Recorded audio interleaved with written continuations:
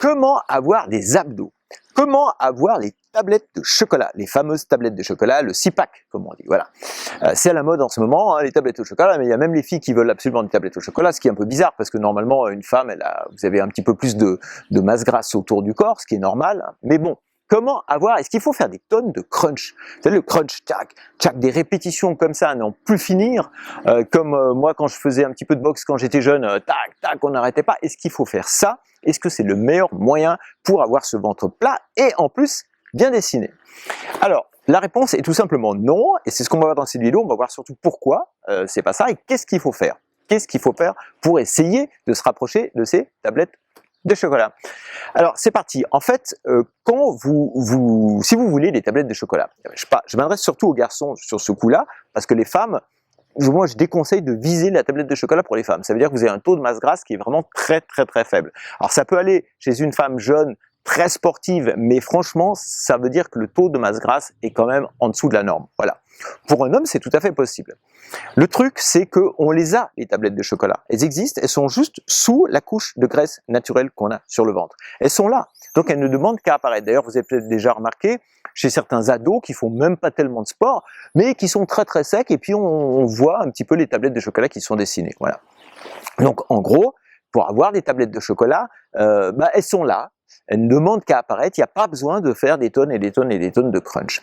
Alors qu'est-ce qu'il faut faire? Qu'est-ce qu'il faut faire? Est-ce que c'est mieux de faire du gainage par exemple, hein, parce qu'on parle beaucoup du gainage à juste titre.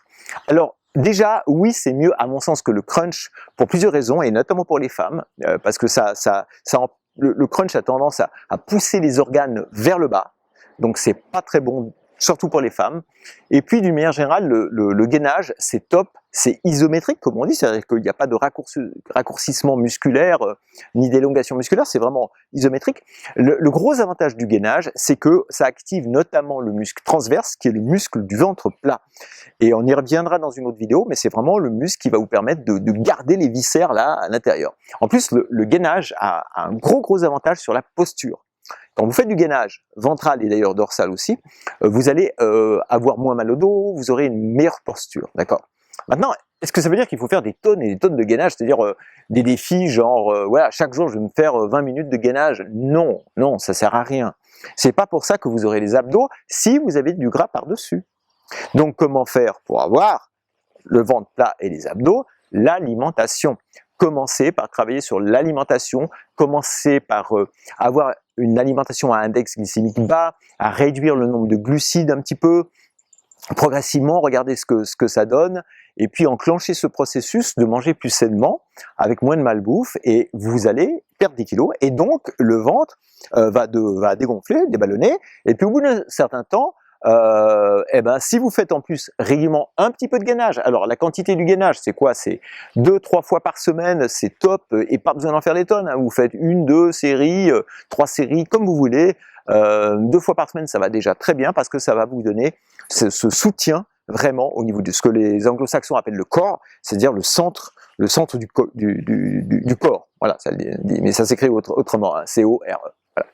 Donc, la clé, l'alimentation, régulièrement un petit peu de gainage pour avoir ce corps bien tonique et bien musclé, et puis on laisse tomber les dizaines et les dizaines de séries de crunch, et on ne s'astreint pas à tout ça, parce que c'est pas ça qui va être la vraie solution.